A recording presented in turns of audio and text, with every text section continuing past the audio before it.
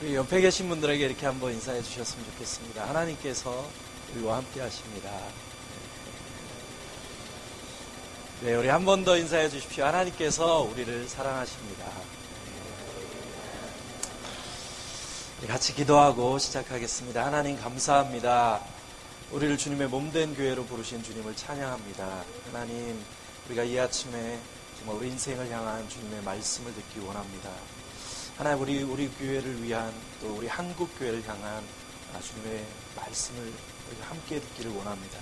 주님 오셔서 우리 가운데 말씀하시고, 주님의 얼굴을 우리가 함께 보는 그런 시간 되게 하여 주십시오. 감사드리며 예수 그리스도 이름으로 기도했습니다. 네, 저는 레바논에서 사역하고 있는 김영화 선교사입니다.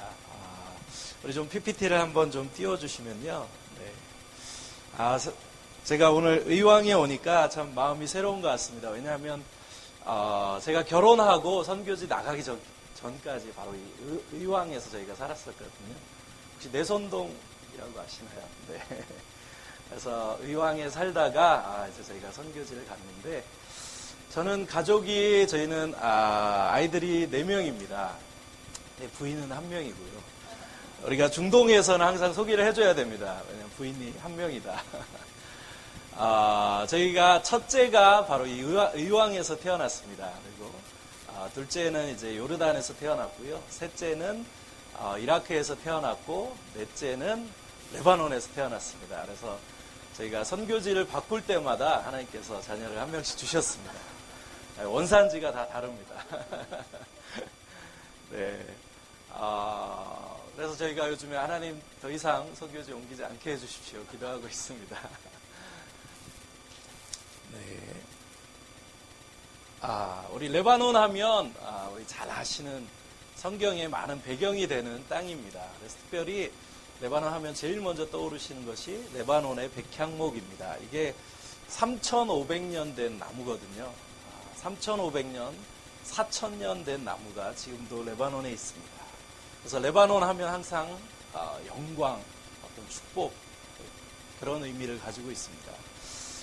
이게 레바논의 모습인데요. 저희 집 앞에서 창문을 열면 아침에 집 앞에 헐몬산이 바로 보입니다. 그래서 이 눈들이요, 6월 여름까지 그 눈이 산에 남아 있습니다. 그래서 이렇게 눈이 많이 오고, 그래서 레바논의 별명이 중동의 스위스입니다. 눈도 많이 오고 너무 아름답기 때문에, 또 지중해가 있기 때문에요, 너무 아름다운 땅입니다. 또 레바논은 성경의 배경이 되는 땅입니다. 잘 아시는 우리 두로와 시돈, 또 예수님과 또 사도 바울께서 사역하셨던, 그리고 저희가 살고 있는 지역은 요 자할레인데요. 자할레 밑에 보면 여기가 이게 레바논이고 여기 시리아입니다. 밑에 이스라엘이 있고요. 여기 헐몬산이 있습니다. 그래서 저희 자할레에서 1시간도 걸리지 않는데 여기 가면 다마스커스, 사도 바울이 예수님을 만났던 다마스커스가 바로 여기 있고요. 그리고 시리아 교회가 바로 사실은 최초로 이방인을 향해 선교사를 파송해 주었던 우리 안디옥 교회가 사실은 시리아의 교회입니다. 시리아 교회의 헌신을 통해서 사실은 복음이 이방 민족에 흘러서 또 저희 한국 민족에까지 오게 된 줄로 믿습니다. 레바논은 특징이 기독교인들이 40%, 카톨릭, 마론파라는 카톨릭들이 약 40% 정도 되고요. 중동 아랍 국가들 중에 유일하게 이슬람이 국교가 아닌, 그래서 법적으로 우리가 좀 적극적으로 무슬림 선교를 할 수 있는 지역이 레바논입니다. 지금 이제 레바논에 시리아 난민들이 150만 정도가 들어와 있습니다. 인구가 500만이 되지 않는데 그 중에 150만의 난민이 들어와 있는 상황입니다. 그래서 이게 이제 난민 캠프고요. 4,700개의 난민 캠프가 있는데 그 중에 저희가 사역하고 있는 지역에 3,000개의 난민 캠프가 있습니다. 150만 중에 약 70만 정도의 아이들이 학교를 가야 되는 아이들입니다. 근데 그 중에 70만 중에 90% 이상의 아이들이 학교를 가지 못하고 있습니다. 그래서 한 세대가 사실은 학교를 가지 못하고 문맹으로 사라지고 있습니다. 그래서 저희가 컨테이너로 학교를 만들어서 지금 한 350명 정도의 아이들을 가르치고 있습니다. 이거는 저희 유치원 사진인데요. 여기가 저희 셋째입니다. 네. 그래서 이렇게 또 난민촌 안에 이렇게 천막으로 교실을 만들어서 학교도 하고 있고요. 여기도 이제 새롭게 이번에 또 학교를 하고 있습니다. 난민촌 안에. 그래서 아침마다 저희가 함께 아이들과 예배드리고요. 350명의 아이들을 가르치지만 여전히 뭐 저희 동네만 해도 몇천 명의 아이들이 학교를 가지 못하고 있습니다. 그래서 학교를 하면 매일 와서 저렇게 하루 종일 구경합니다. 아까 우리 영상에서 보셨지만 우리 아이들이 얼마나 배우고 싶어 하는지 모릅니다. 막 초롱초롱하게. 저희 아이들이 제일 무서워하는 벌이 있습니다. 막 싸우고 문제 일으키면 너 내일 학교 오지 마 이러면 아이들이 벌벌벌 떱니다. 제발 학교 오게 해주세요. 네. 얼마나 네. 그래서 우리 아이들과 저희가 신나게 놀아줍니다. 상처가 많은 아이들이기 때문에요. 오셔서 친구가 되어주시는 것만으로도 아이들에게 평생에 잊지 못할 기억이 됩니다. 그래서 특별히 이렇게 뭐 어떤 태권도나 이런 것들을 혹시 가르쳐 주실 분이 있으면 너무나 좋습니다. 그래서 오셔서 우리 아이들 한 명 한 명 안아주시고 또 놀아주시고 친구가 되어주시면 좋습니다. 저희 학교 아이들이 300명인데 제가 학교를 가면요 300명의 아이들이 저를 향해 달려옵니다. 그리고 저를 안아줍니다. 저희가 사실은 제가 막 지쳐있다가도 이 300명의 아이들이 달려와서 저를 안아주면요 제가 살아납니다. 사실 저희가 무엇을 주러 간다라고 생각을 하는데 사실은 더 많은 사랑을 받습니다. 한 번도 사랑을 받아보지 못하고 난민촌의 전쟁 중에 버려져 자라던 아이들인데 우리가 작은 사랑을 줬을 뿐인데 이 아이들이요 그거에 얼마나 기뻐하는지 모릅니다. 그리고 더 큰 사랑을 저희 가운데 올려줍니다. 선교는 참 축복입니다. 아이들이 저희를 얼마나 사랑해 주는지 모릅니다. 저희가 이렇게 한국을 뭐 일주일 또는 2주 한 달 갔다 오면요 저희 아이들이요 우리 또 청소년 학교 또 저희 교회 성도들이요 저를 위해서 막 울어줍니다. 제발 가지 말라고. 여러분 여기서 누가 한 달을 해외로 가시는데 여러분을 위해서 울어주시는 분들이 계십니까? 심지어 가족도 사실 잘 안 울어주잖아요. 근데 우리 아이들이요, 우리 난민들이 저희가 막 한 달 학교를 비우고 하면 저희를 위해서 막 울어줍니다. 가지 마라. 야, 내가 죽으러 가냐? 한 달이면 온다. 참 아이들에게 저희들이 더 큰 사랑을 받습니다. 그래서 선교는 축복입니다. 특권입니다.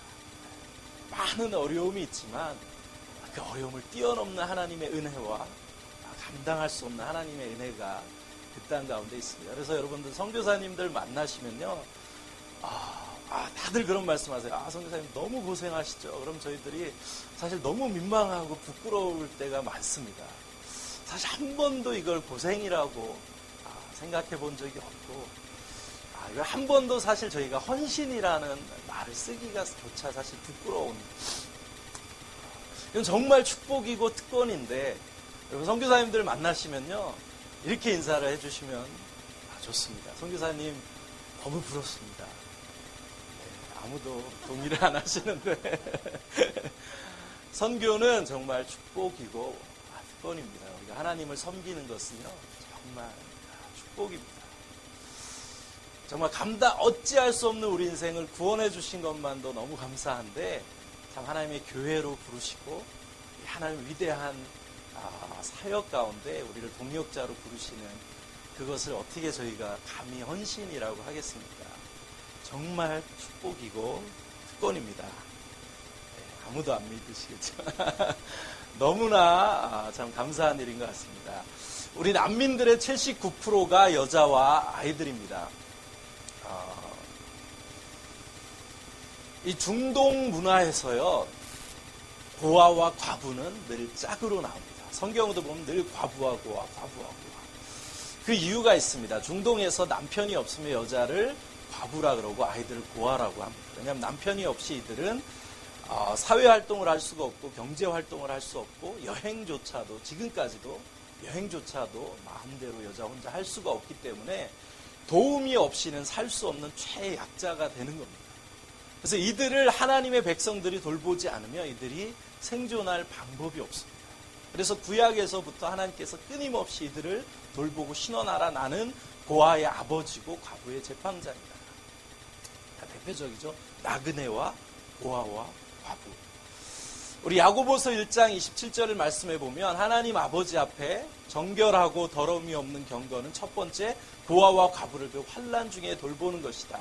또 자기를 지켜 새 속에 물들지 아니하는 것이다. 저희는 경건하면 사실 두 번째를 먼저 떠올립니다. 자기를 지켜 새 속에 물들지 않는 것.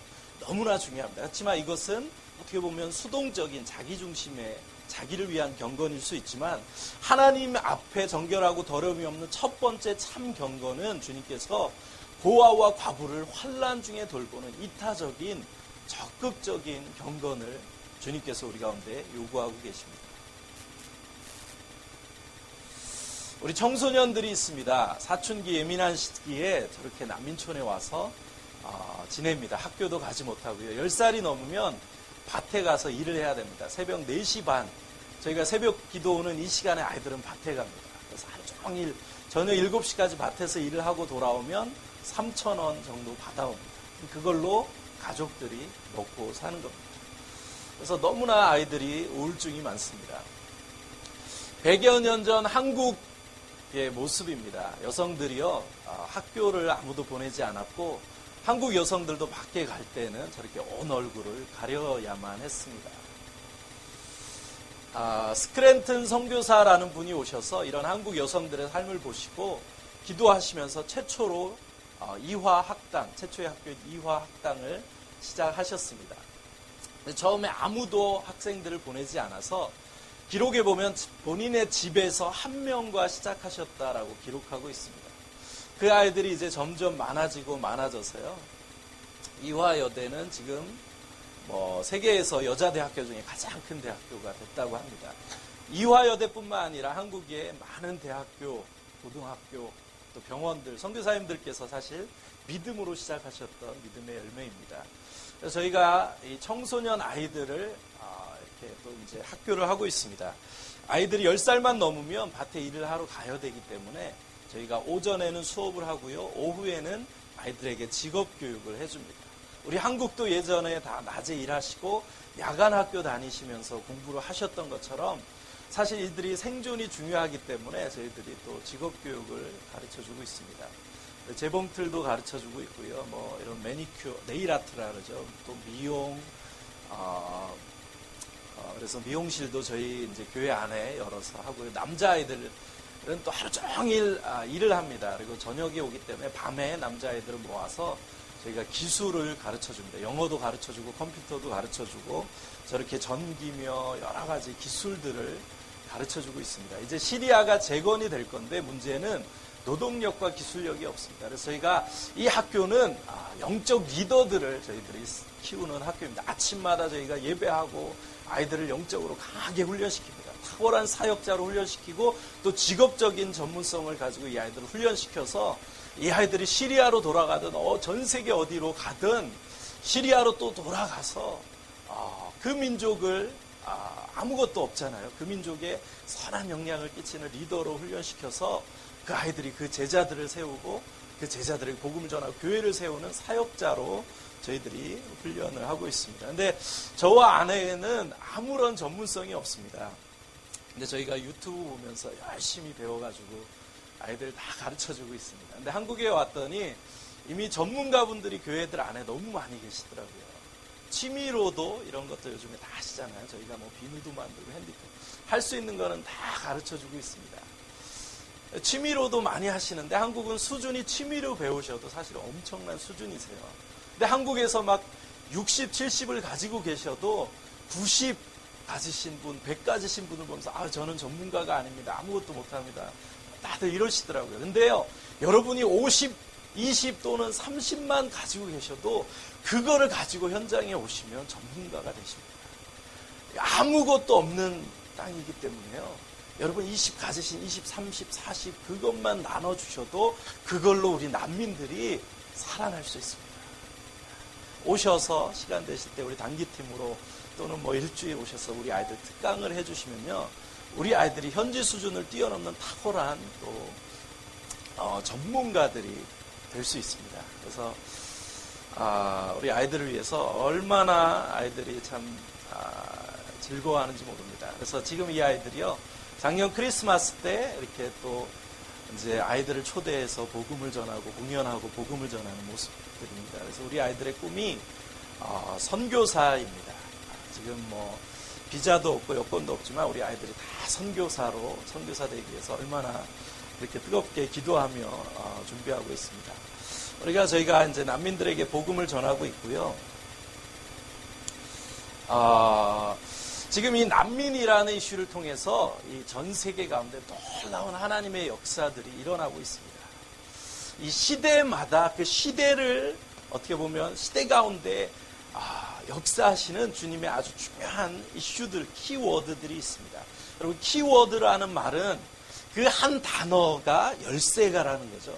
그 한 단어를 이해하면 그 시대를 이해할 수 있는 열쇠가 되는 겁니다.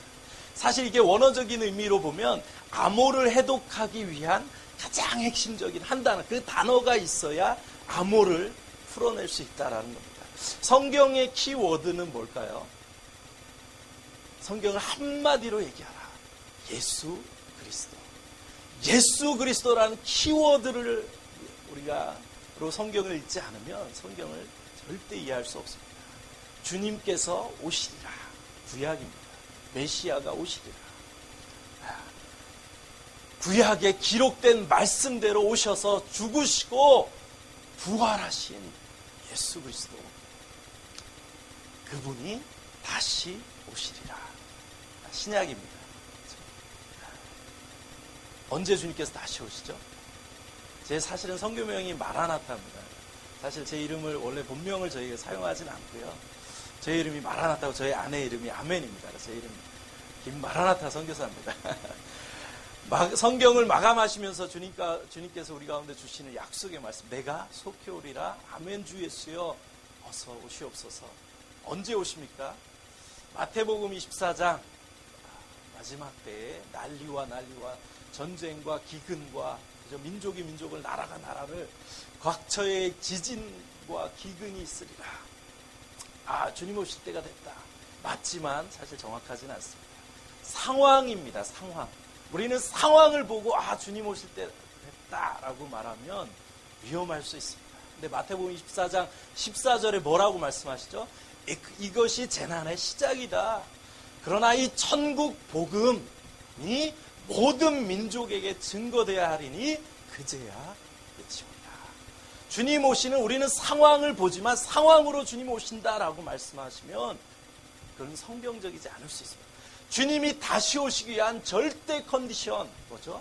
모든 민족에 이 천국 복음이 증거되어야 하리니 그제야 끝이 오리라. 복음의 역사입니다. 그래서 저희는 이 마지막 시대 오히려 어렵지만 그 가운데 복음을 전하며 이 복음의 역사에 주목하는 겁니다. 지금 주님께서 어떤 일을 행하시고 이 열방 가운데 어떤 일이 일어나고 있는지. 지금 이 시대의 키워드는 난민입니다. 난민들이 지금 전 세계로 지금 다니고 있습니다. 선교사들이 갈 수 없는 이란, 이라크, 예멘, 시리아, 아프가니스탄, 이들을 흩으셔서 잠자고 있는 유럽의 교회를 깨우시고요. 또 호주, 캐나다로 보내셔서 거기에 있는 교회들을 깨우고 계시고, 이슬람을 향해 또 한국도 갑자기 예멘 500명을 보내셔서 저희는 우리는 난민과 상관없어, 이슬람과 상관없어 이랬는데 하나님 또 보내셔서 한국 교회에 보이시는 겁니다. 왜? 지금 이 복음을 가장 받아들이지 않는 이 아랍 이슬람 가운데 난민이라는 이슈를 통해 하나님 지금 놀라운 일을 행하고 계시거든요. 이 아랍장을 흔들고 계십니다. 놀라운 부흥이 있습니다. 이 마지막 미전도 종족인 아랍 이슬람 가운데 주님의 역사가 일어나고 있다는 것입니다. 우리가 그 복음의 역사에 함께 좀 주목할 수 있기를 소망합니다. 이 장면은 무슬림 친구가 한 명이 오더니요, 50명의 아이들을 보내줄 테니까 너희가 우리 아이들에게 하나님의 사랑, 하나님의 말씀을 가르쳐줘라 그랬어요. 제가 처음에 안 믿었는데 이 친구가 뭐라 그러냐면 자기 친구들끼리 날마다 모여서 이야기를 한답니다. 아무리 생각해도 순니 시아 이슬람 종파끼리 지금 서로 죽이고 싸우는 게 이 아랍의 지금 이건 민주화 운동과 상관없어요. 종파 싸움입니다. 순니 시아 무슬림이 무슬림을 끊임없이 죽이는 현실 앞에 이슬람에 지쳐 있습니다. 아무리 생각해도 이슬람은 답이 아니다. 우리는 전쟁 중에 살지만 우리 아이들은 이렇게 살게 하고 싶지 않다. 너희가 우리 아이들에게 하나님의 말씀, 하나님의 사랑을 가르쳐줘. 그래서 정말 50명의 무슬림 아이들을 모아서 무슬림이 저희한테 보내줬어요. 그래서 주일학교가 시작이 됐습니다. 지금 200명 아이들이 모이고 있습니다. 근데 저희가 감당을 못해, 저와 아내가 감당을 못하고 있습니다. 다 우리 주일학교 전문가시죠? 오셔서 우리 아이들 200명, 300명 무슬림 아이들에게 마음껏 찬양하고 복음을 전할 수 있습니다. 저희가 그래서 이렇게 가정에서 모임을 합니다. 근데 가정교회 모임이 너무 많아져서요. 저희가 사무실에서 모이다 사무실도 너무 좁아져서 지금 이렇게 큰 장소를 빌려서 예배를 드리고 있습니다. 저희 교회는 다 무슬림 배경입니다. 여러분, 이게 5년, 10년 전만 해도 아랍 이슬람권에서 상상할 수 없던 일들이 지금 일어나고 있습니다. 무슬림들이 공개적으로 예수 그리스도의 이름을 고백하며 애들이 모여서 예배하고 있습니다. 저희가 지속적으로 세례를 주고 있습니다. 이 무슬림들이 꿈과 환상 가운데 지금 예수님을 만나고 있어요. 너무나 비슷합니다. 꿈에 예수님이 흰 옷을 입으시고 밝은 빛 가운데 오셔서 무슬림들의 이름을 한 명 한 명 부르십니다. 야, 무함마드야. 내가 너와 함께한다. 두려워하지 말아라. 내가 너를 사랑한다. 무슬림들이 막 찾아옵니다. 내가 어제 예수님을 만났다. 그리고 저희들이 이제 계속 세례를 주는데, 무슬림들이 여러분 세례를 받을 때는요, 정말 사시나무 떨듯이 떱니다. 아무리 정말 예수님을 만났어도요, 세례를 받은 게 알려지면 바로 죽을 수도 있거든요. 세례 받을 때 정말 사시나무 떨듯이 떱니다. 근데 이 친구들이 또 꿈에 예수님께서 꿈과 환상으로 이들을 격려하고 위로하십니다. 이 친구가 이제 먼저 세례를 받았는데 이 친구가 두려워하고 있었어요. 근데 꿈에 토요일 날 밤에 예수님께서 이 친구에게 찾아가셔서 너 내일 아침에 이 자매에게 가서 세례 받으라고 얘기를 해라 그랬어요. 그래서 막 달려가서 얘기했더니 이 자매가 깜짝 놀라면서 나도 어젯밤에 예수님이 꿈에 오셔서 오늘 세례 받으라고 얘기를 했다. 그래서 지금 이제 와서 세례를 받기 전에 그거를 간증하고 있는 장면입니다. 이 자매는 이제 의사가 심장병이 있어서 5년 정도밖에 못 살 거라고 했는데 지금 세례 받고 얼마나 기뻐하는지 모릅니다. 놀라운 일들이 일어나고 있습니다. 여러분, 근데요, 어쩌면 저는 이게 성경적이지 않을 수도 있다라고 생각합니다. 왜냐하면 믿음은 들음에서 나고 들음은 하나님의 말씀으로 말미암는다. 전도에 미련한 것으로 구원하기를 기뻐하신다. 이 명령을 교회에게 위임하셨습니다. 근데 예수님께서 친히 일하고 계십니다. 이거는 교회를 향해 주시는 주님의 강력한 메시지라고 믿습니다. 내 마음이 여기 있다. 내가 여기 일하고 있다. 추수할 것은 많은데 추수할 일꾼이 없다. 무슬림들도 준비가 되어 있습니다. 예수님도 직접 일하고 계세요. 근데 우리가 하는 많은 오해들이 있습니다. 이슬람은 어렵다, 힘들다, 안 된다, 복음 전하면 안 된다. 여러분, 거짓말입니다. 우리 하나님이요, 이슬람의 신보라 하십니다. 다른 힘이 없습니다. 근데 우리는 이슬람을 너무 크게 봅니다. 다윗과 골리앗의 이야기 아시죠? 골리앗이 40일 동안 소리쳤습니다. 사실 골리앗도 공격할 힘이 없었어요. 매일 소리만 쳤지. 진짜 힘이 있었으면 왜 40일 동안 소리쳤겠습니까? 하루아침에 가서 정리해버리고 끝내버리지. 소리만 쳤어요. 근데 하나님의 백성들이 두려워서 아무것도 하지 못했습니다. 그때 소년 다윗이 일어나 믿음으로 만군의 여호와 하나님의 이름으로 나아갈 때 하나님께서 다윗의 믿음을 보시고 골리앗을 무너뜨려 주셨습니다. 여러분, 한국교회를 향한 많은 소리들이 있습니다. 마치 골리앗과 같이 매일매일 한국교회를 향해 쏟아지는 많은 이야기들을 듣습니다. 그러나 여러분, 우리 하나님께서요, 어떤 어둠보다, 어떤 문제보다 더 크고 위대하신 분이신 줄로 믿습니다. 이슬람의 신보다 하나님께서요. 하나님, 만약에 우리가 그렇게 부정적으로 이야기하는 것을 그분이 들으신다라고 한번 생각해 보십시오. 이슬람은 어려워. 힘들어. 한국교회 어려워. 거짓말. 한국교회 어렵지 않습니다. 주님이 세우신 교회 절대 무너지지 않습니다. 기도하는 이상, 교회가 깨어 기도하는 이상 절대로 주님의 몸된 교회는 넘어지지 않습니다. 복음은 능력입니다. 유대인이나 헬라인이나 그리고 무슬림이나 모든 믿는 자를 능히 구원하시는 하나님의 능력이 되는 줄 믿습니다. 복음은 성경은 영원한 복음이라고 표현하고 있습니다. 시대가 어렵지만 여전히 주님의 말씀이 능력이고, 시대가 어렵지만 여전히 복음이 시대 가운데 능력인 줄로 믿습니다. 그래서 우리가 오히려 더 이 시대 가운데 무릎 꿇고, 오히려 더 주님의 말씀 붙잡고, 복음 붙잡고, 말씀 앞에 엎드려 정말 정직하게 그 말씀 붙잡고, 편법 구하지 않고, 다른 길 구하지 않고, 다른 프로그램 구하지 않고, 오히려 주님 앞에 엎드려 기도하면 말씀 붙잡고, 복음 붙잡고 나아갈 때 하나님께서 이 시대 가운데도 그 복음의 능력으로 동일하게 역사하실 줄로 믿습니다. 저희가 이제 선교사를 파송하는 비전을 가지고 있습니다. 누가 저들을 위로하겠습니까? 그러나 저들의 모습이 60년 전 우리의 모습이었습니다. 가장 참혹했던 한국전쟁, 서울의 모습과 시리아의 모습이 똑같습니다. 한국 아이의 모습과 시리아 아이의 모습이요, 너무 똑같습니다. 눈을 들어 하늘 보라, 어지러운 세상 중에 곳곳마다 상한 영의 탄식 소리 들려온다. 빛을 잃은 많은 사람, 길을 잃고 헤매이며 탕자처럼 기진하니 믿는 자여 어이할고. 이 찬송가는 1952년에 석진영 씨라는 분이 처참한 우리 한국 사회의 모습을 보며 애통하며 눈물로 기도하며 만드신 곡입니다. 주님, 우리가 어찌합니까? 교회를 향해 우리가 어찌하겠습니까?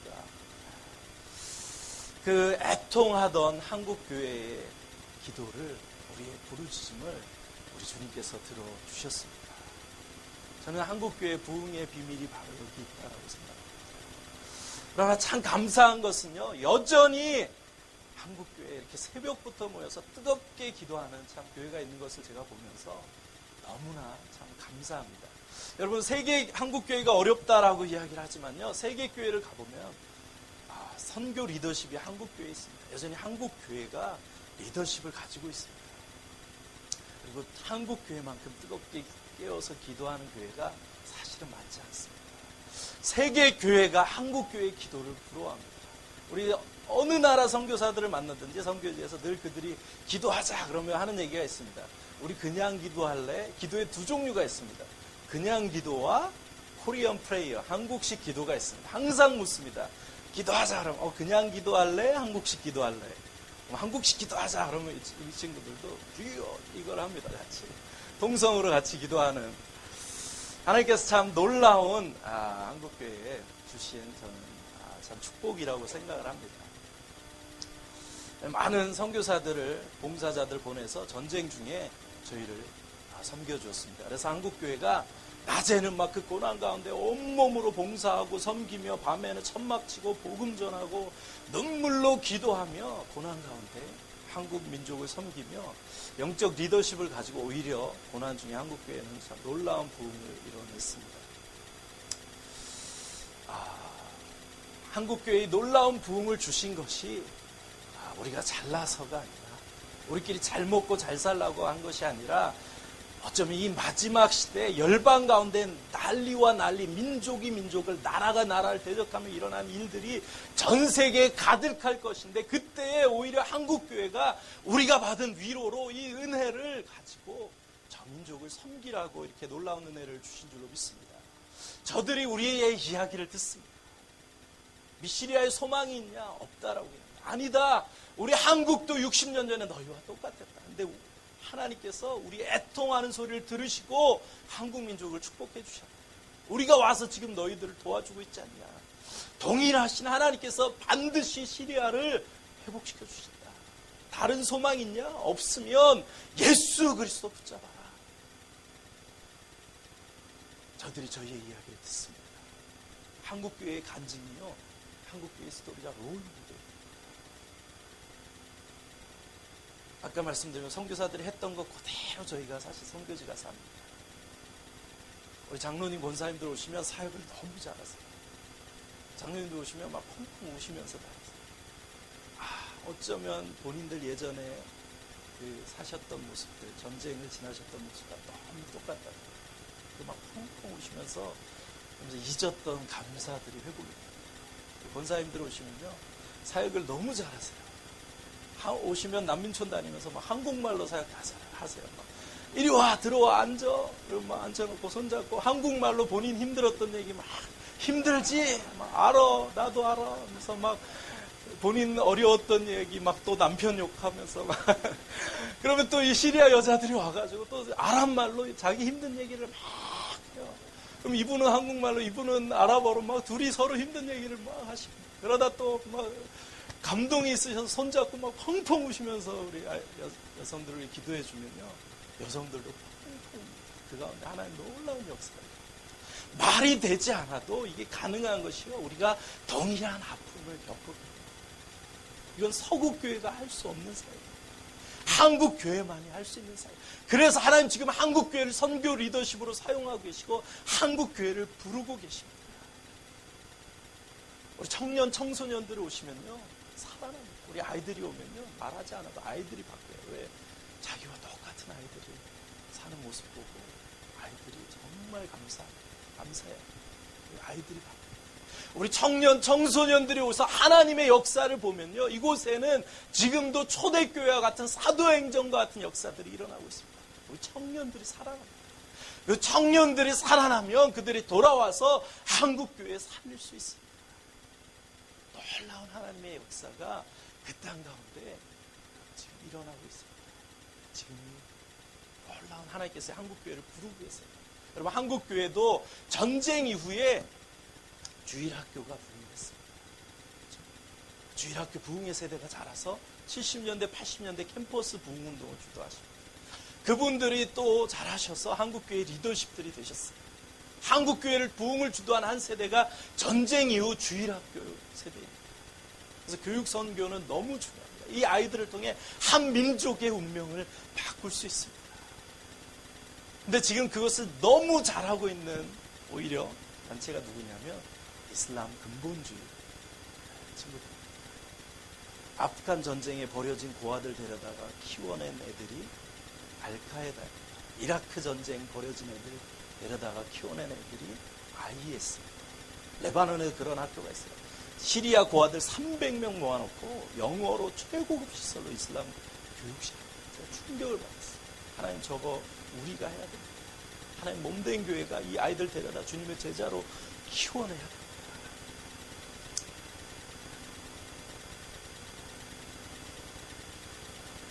그럼 하나님께서 한국교회를 부르고 계십니다. 한국교회 어렵지만 아니요, 어렵지 않습니다. 정말 이 마지막 시대,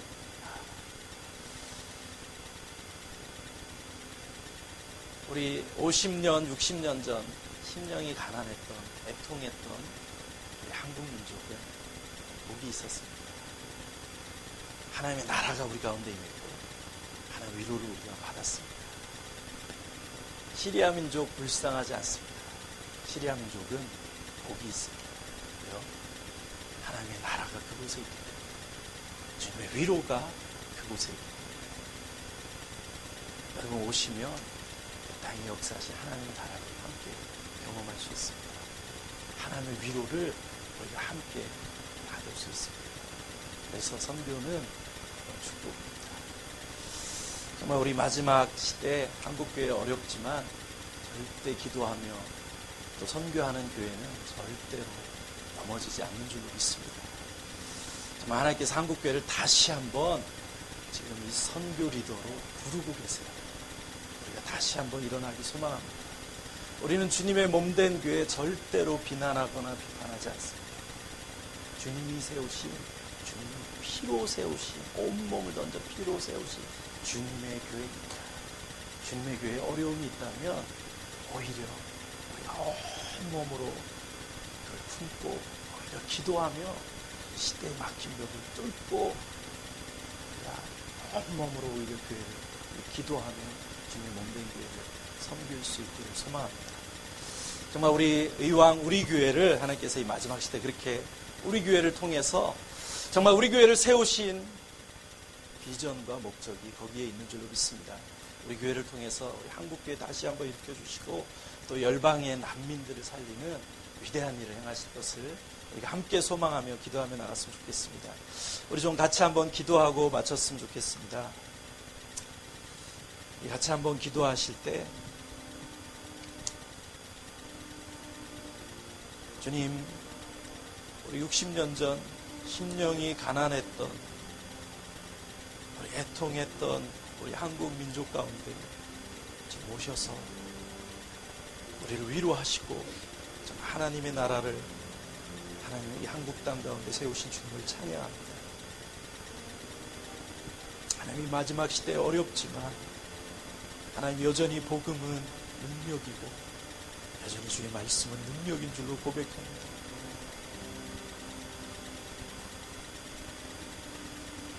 하나님, 우리 가운데 혹시 애통하는 마음을 가지신 분이 계십니까? 가난한 마음을 가지신 분이 계십니까? 복이 있습니다.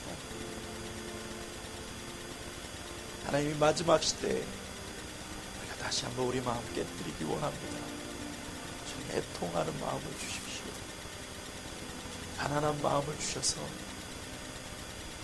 우리가 다시 한번 무릎 꿇게 하시고, 다시 한번 말씀 붙잡게 하시고, 다시 한번 복음의 능력 붙잡고 우리 한국교회 다시 한번 일어나게 하십시오. 열방을 향해 일어나게 하여 주십시오. 주님, 우리가 돌이키면 살아납니다. 돌이키면 살아납니다.